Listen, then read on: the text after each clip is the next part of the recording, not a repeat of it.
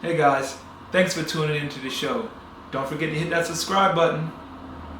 When I started to grasp the game so much more in detail, just with everything. That's when I started studying footwork. Okay, how he's coming off this rip through. Right. What is his footwork into this 1-2? Is he hopping? Is he left right? What is he doing after he does his crossover? Little stuff, and then now I implement that footwork or what I seen on it. How does he elevate on the jumper? Where does he release back? Where does he release at? Now I go practice that and just do that over and over and over. I remember I spent a summer just working on my 1-dribble pull-up. Right.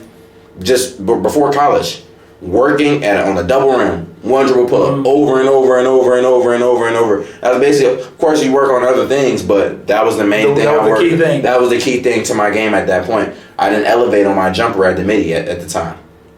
Okay. I'm trying to get to my spot and trying to shoot like a little set shot. Yeah, that ain't gonna work. That ain't gonna work. It's not gonna work. It's not gonna work. And that's what I tell my little homie right now. That ain't gonna because you know what it takes. Yes.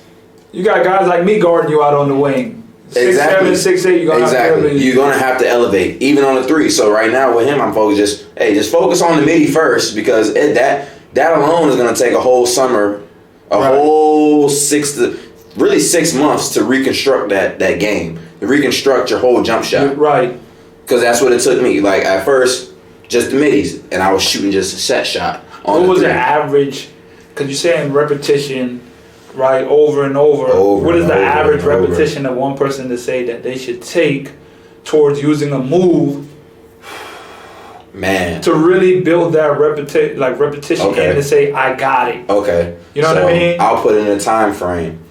I graduated high school in June. From June all the way up until the first open gym in around September, let me stop, because I started playing open gym in the summer before that. So I'll probably say it took me about at least 3 months of just one move, grinding on one move, and then going to practice it in open gym where there's no refs. You got to worry about your coach checking you out. You can just, when you get the opportunity, you got to use it. Yeah. Right. So then I'm doing that for a whole month. By the time I get back to school, I'm still repping it, and I've been playing. So now by the time I get to school, my 1-dribble pull up, that's the first thing my coach said in college. You know it's a difference. He said, well, I was a freshman coming in. Right. So he's like, man, that kid, like, yo, your 1-dribble pull up, that can make you a lot of money one day. He said, you don't gotta keep shooting threes, son. Your pull up game. Like at that time, my pull up game was on a different level because I was shooting a set shot 3, more so than the elevation like I do now. So my midi game was my bread and butter. I was trying to get to that and really just elevate over everybody. So like I said, the reps. If you tell him, like you said, you training a guy, he's going into college. You got 2 months, you got a month. You need to be getting this amount of shots up a day on this this one move to really get it down packed before you move on to something else. And I feel like that's probably it's hard to describe that or get that into someone's head because they feel like I don't got enough time. Yeah. To spend, so I got to work on everything. I got to work on all the handles, all the moves, all that. Exactly. Because I'm in high school, maybe I get to college, forget it, you ain't even talking about getting the pros yet. Right.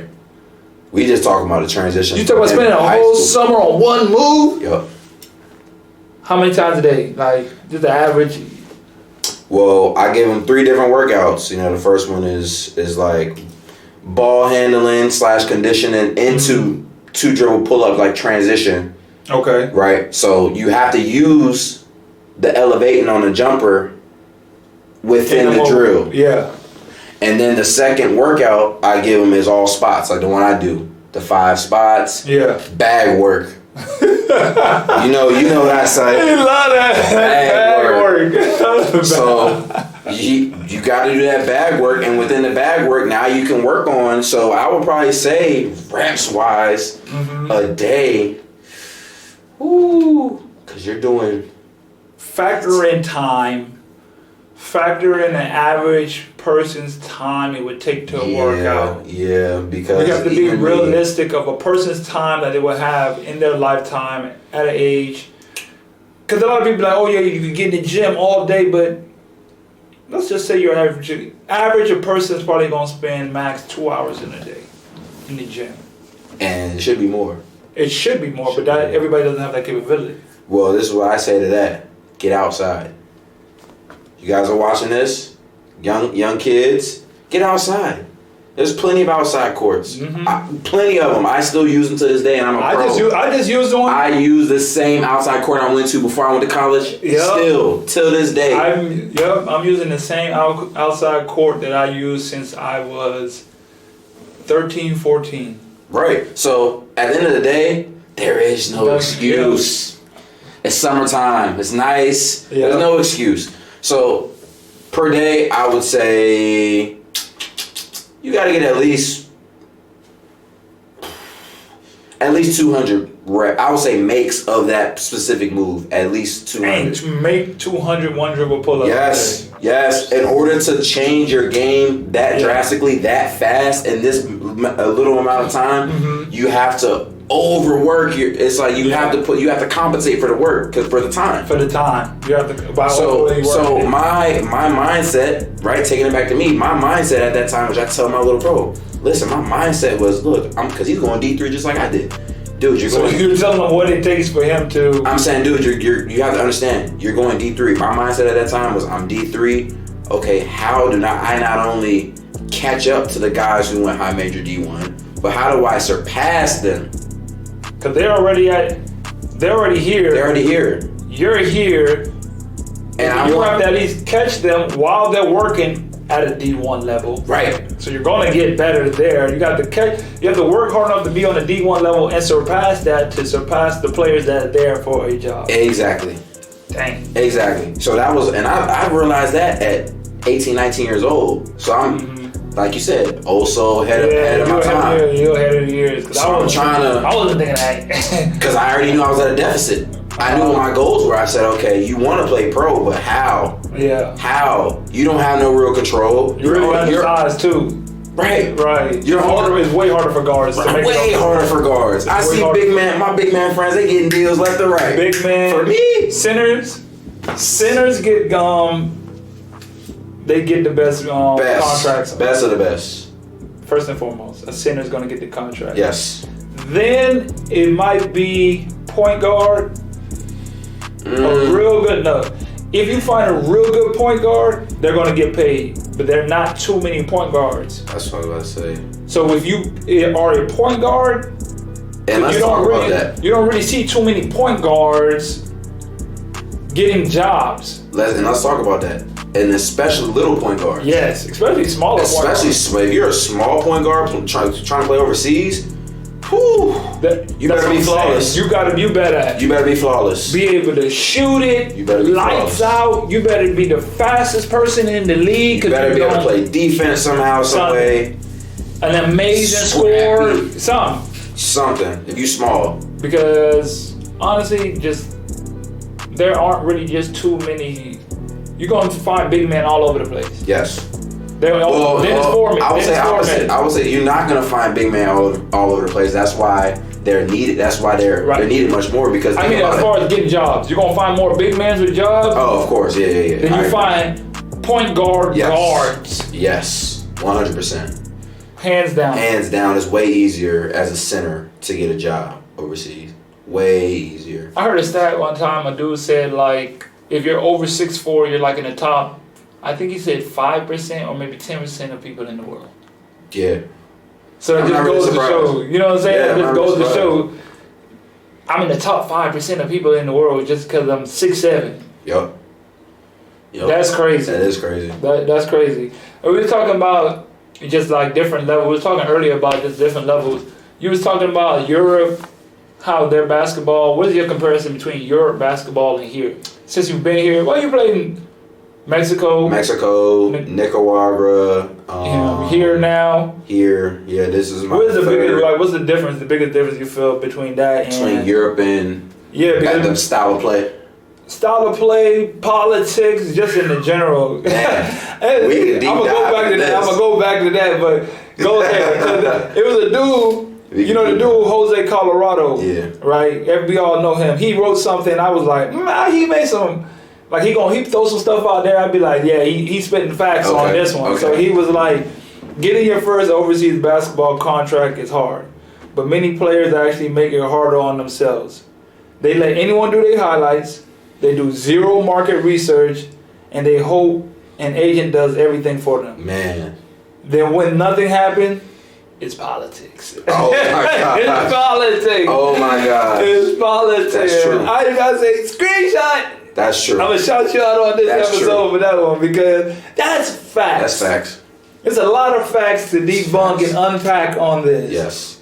It's a lot of laziness. Yeah. There's a difference between politics and laziness. And I see this. Laziness, entitlements. Like, what do you expect? I be seeing dudes who don't even have no type of collegiate resume, and they playing like men's league basketball, and they disrespecting overseas basketball, thinking that, yeah, man, I can get a job. Like I could do this, I can do that. Like, bro, you're not getting a job, bro. One. And two, it's not politics that you didn't get a job because you could play, but bro, you don't have no resume, bro. You didn't do anything. 1% of people, at least in America, I think that stat was, go on to play past NCAA and play pros. 1%. Yeah, only 1%. Yeah. What makes you better than less than 1%? Yeah. And let's just say America. You're still competing with other players from other countries because now other players from other countries are getting those gigs that normally Americans always get. Yep. Now you see Venezuelans, you see Argentinians. They are all like, they're not just staying in that country like that. So you feel me? What makes you just feel like you're going to get a job just like that and call it, oh, it's politics? No, it's not. Like that. But back to your question about Europe. The difference is Europe, one, the play style. Well, I would say Chile and Europe, like, as far as the play style is similar. At least for me. Maybe on this team. Yeah, because it's on this team because it's a system. It's this team. It's a system. It's this team. You know, like European style is system basketball. That's how Argentinian basketball is. It's very super system. Very system. Now, when I got to Nicaragua, Mexico, it's more fast paced. It's more get shots up. Yeah. You know, your coach is telling you to get 20. Like, he's telling you, like, before the game, I need your 20 points tonight. If you're not scoring 20, you're not a good player. Right. Whereas in Europe, it's like team-oriented, more more to get everybody involved. And looking for the best option instead of the... Not even. I wouldn't even say best. Best option as being the shots. Open, shots. Yes. You wide open looks, more sets. You're going to run a lot of sets. And I would say overall the game is more physical in Europe. Overall. More than here? Yes, because every game, Punta Alto, that's every night in Europe. Yeah. Yeah. You're going to do every night like that is going to be, they're going to buy, if you're good, they know, they're scouting. They're body checking you up the court. They're doing all those things off rip. Right. Every game, regular season game, not even like, that's the difference between it. I couldn't even imagine being double the whole season. Oh my gosh. Oh my God. You seen on your film, the dude just, I'm literally like this, elbow in his chest trying to like, bro, get away from me. Yeah. All game, every night. Yeah, that's Europe. That's European basketball. Every night is like that. Every night is a grind. Every night is a battle. And I would even say the worse the team, the more grimier because they're getting clapped every game. Now they have to do something different, like be more physical.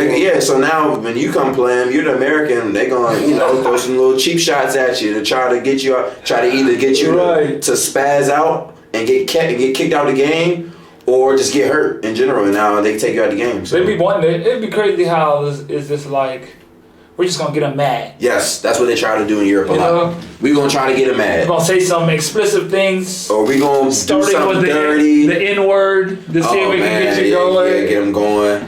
To get you going. Try to trick him out his position. Right. I ain't gonna use the word, but I'm gonna let y'all piece that together. They definitely doing that too. Starts with an N, ends with an R, sometimes an A. sometimes an A. We seen that Jabari Parker, and I kind of talked about it on another episode, that Jabari Parker. What was your first thought on that? My first thought, I'm going to be completely 100. I thought that he was crying because he had to be in overseas. Oh, okay. But once he that wasn't my first thought. That wasn't my first thought, but that was a lot of people. What was your first thought? My first thought was he was just like, at least he got to play. Oh, okay. You feel me? I didn't think he was thinking like, oh my God, I gotta be an overseas basketball. I think he was just like, because it's kind of like Boogie. He was like, man, at least I still get to play. And once you realize, once you come overseas or whatever, it's still basketball. It's great basketball too. You're playing basketball. Like, you're playing basketball. You got your team. You trying to beat. Like, you trying to win. They coming at your head. Right. Like, you playing real basketball. You're not thinking, oh, this ain't the NBA, so it don't matter. Right. No, you're thinking, I need to get a dub and I need to hoop. And on top of that, you're getting paid top notch. And you're still getting paid top notch. And on top of that, it's different. You're in the NBA overseas. It's different. It's not like you're getting that much different treatment. Oh, no. You're getting the same. Well, you're getting... Hey, guys. Thanks for tuning into the show. Please subscribe on our YouTube, Spotify, Apple, and wherever you listen to your podcast. I greatly appreciate it.